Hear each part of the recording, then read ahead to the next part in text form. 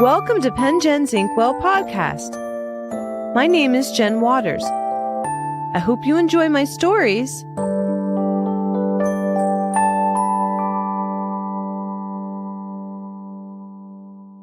Beautiful Ballerina Slippers was inspired by the hand-carved rocking horse that my great-uncle Charlie Grimm carved.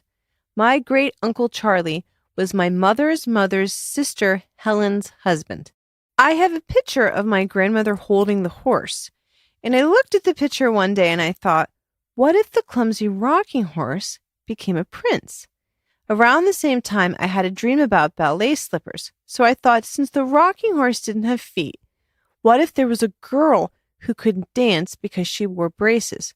Despite the misgivings of the negligent parents, a confused grandfather, and an evil witch, the love of the clumsy rocking horse, who was her best friend, transformed the girl, and she eventually danced with him as her prince, similar to Aslan in the Chronicles of Narnia or the Beast in Beauty and the Beast.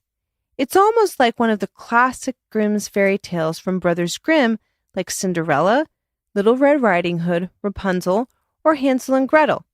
I've seen several ballets on stage over the years, including The Nutcracker, Swan Lake, Cinderella, Romeo and Juliet, Alice in Wonderland, and Jules. My favorite was Swan Lake, with Rush's spectacular Bolshoi Ballet at the Dorothy Chandler Pavilion in Los Angeles. The story is scored to the Christina Rose ballet theme, original music by Eric Baines, which could be imagined as playing while ballet dancers from the Russian Bolshoi twirl to my story. Now here's beautiful Ballerina Slippers. I hope you enjoy it.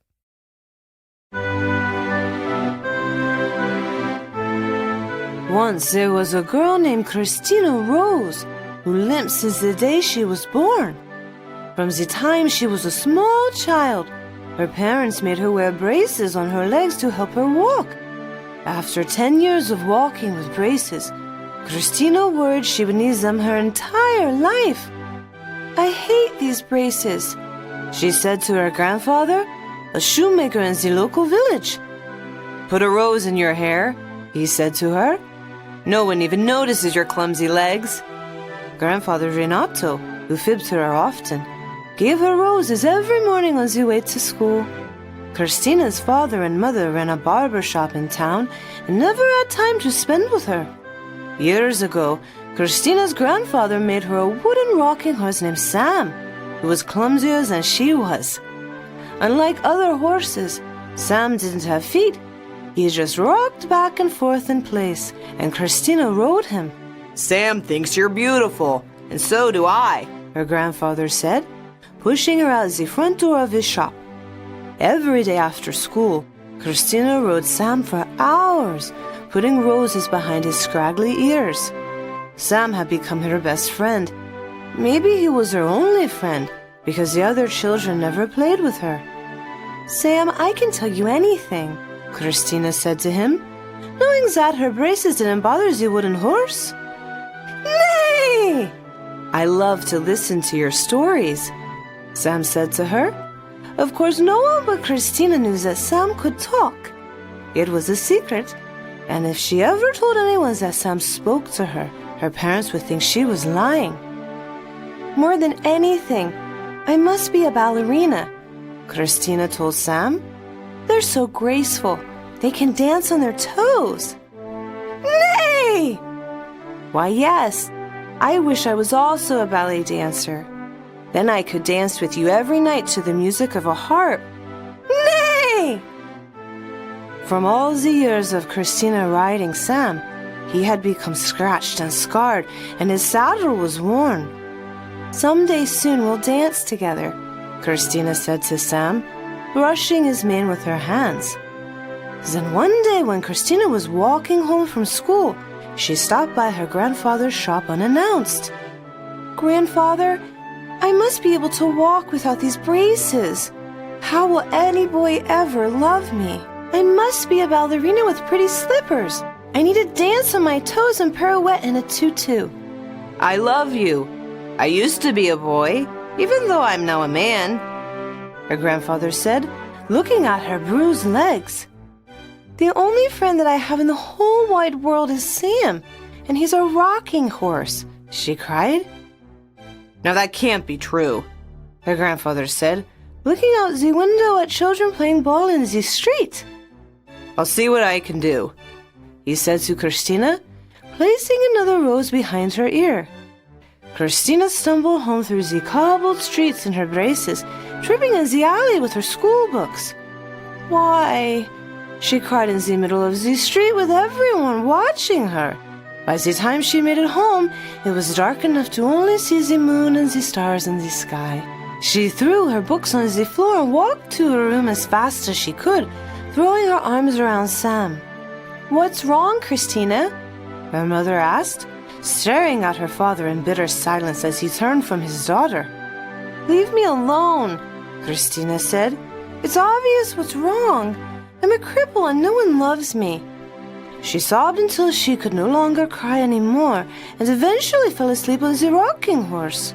When Grandfather Renato heard what had happened, he stayed up all night making a pair of pink ballerina toe slippers.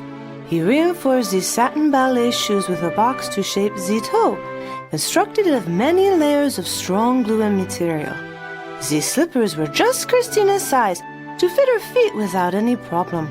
The next morning, Grandfather Renato took the shoes to the village priest, asking him to bless the slippers. "Whoever wears these beautiful ballerina slippers will rise again," the priest said, praying over the shoes. He anointed the slippers with oil and swung his incense burner over the satin footwear. "Thank you, Father," Grandfather Renato said to the priest, leaving the cathedral with every good intention. However, before he was able to give the shoes to Christina, the village necromancer stopped him on the street corner. The soothsayer, Sorceress Lucinda, spun spells in her cottage for the desperate people of the village. "So you think the prayer of that priest is going to give your granddaughter the ability to dance?" she said. "What do you know about my Christina Rose and her ballerina slippers?" he said, holding these shoes close to his chest. "I know that if you really wanted her to dance, that I would have to cook the shoes in my brew," the sorceress said. "Do you think that that would really work?" Grandfather Renato asked. "My granddaughter is so sad." "I'm sure it will work, but she'll never ever be able to take the slippers off her feet again," the sorceress said. "Well, that would be better than wearing braces her entire life," Christina's grandfather said, thinking over his options. "Take the slippers and cook them in your brew. I will come back for them before sunset," he said, handing her the shoes. As the witch walked away with Christina's ballerina slippers, Grandfather Renato ran back to the church to pray. When he arrived at the sorceress's cottage at sunset, she handed him the previously pink slippers, which were now black. "Give them to your granddaughter and she'll dance forever," the necromancer said, cackling. Grandfather Renato hurried to find his granddaughter, who was of course sitting on Sam, her faithful rocking horse. "I made these beautiful ballerina slippers for you last night," Grandfather Renato said, handing them to Christina. Before her grandfather could even explain that these slippers could never be removed once put on her feet, she grabbed the shoes and shoved them across her toes and tied the black ribbons as tight as possible. Then the braces fell off her legs, and she danced across the bedroom floor with tears in her eyes. "Grandfather, I can't believe that you made such beautiful ballerina slippers just for me," she said. "Yes, but I forgot to tell you that you will never be able to take them off. It's the only condition," he said. "I will never take them off," she said. "Why would I ever even want to take them off?" "Of course," her grandfather said, looking at Sam, the wooden rocking horse that had loved her even with her braces. As days turned into weeks and months, Christina put a blanket over Sam and shoved him into the corner. She danced her way through the village to much acclaim and forgotten that she had ever rode Sam and told him secrets. Soon after that, the sorceress, full of jealousy for Christina's dancing, hung a black silk tutu on her window at night. "It is only because of me that you can dance," the witch whispered, angry for never receiving credit for the slippers. "This dress is for you, child," the necromancer said, sticking her head through Christina's bedroom window.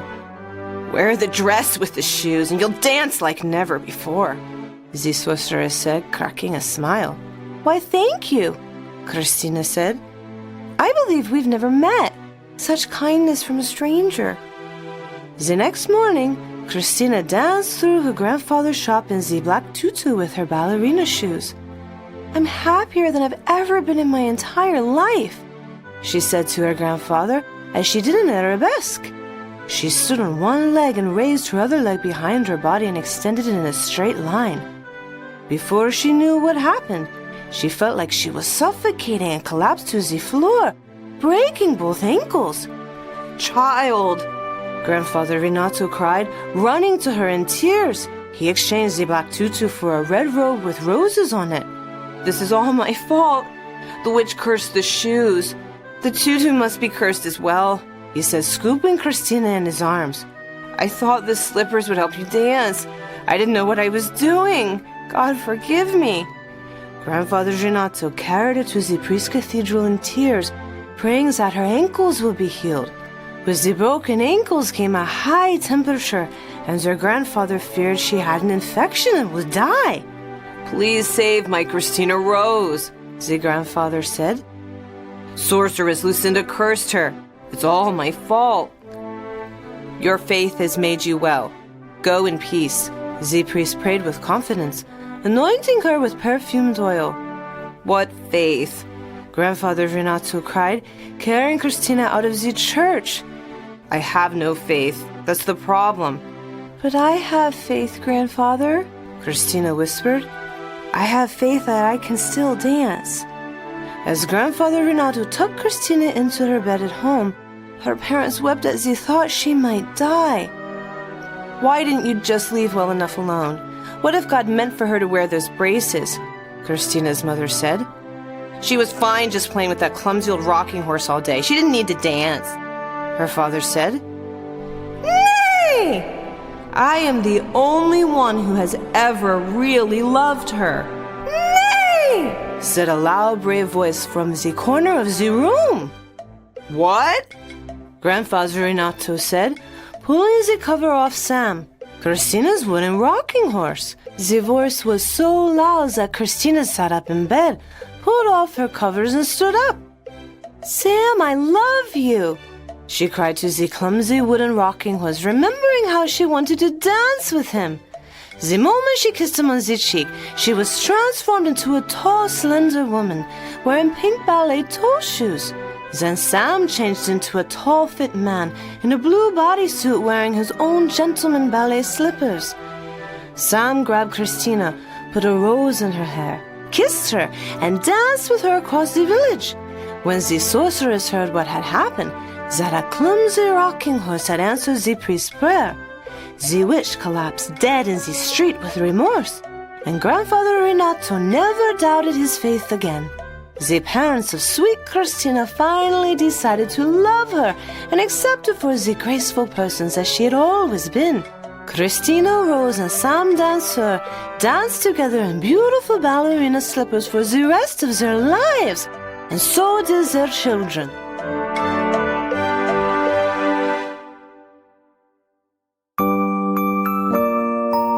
This has been Pengen's Inkwell Podcast.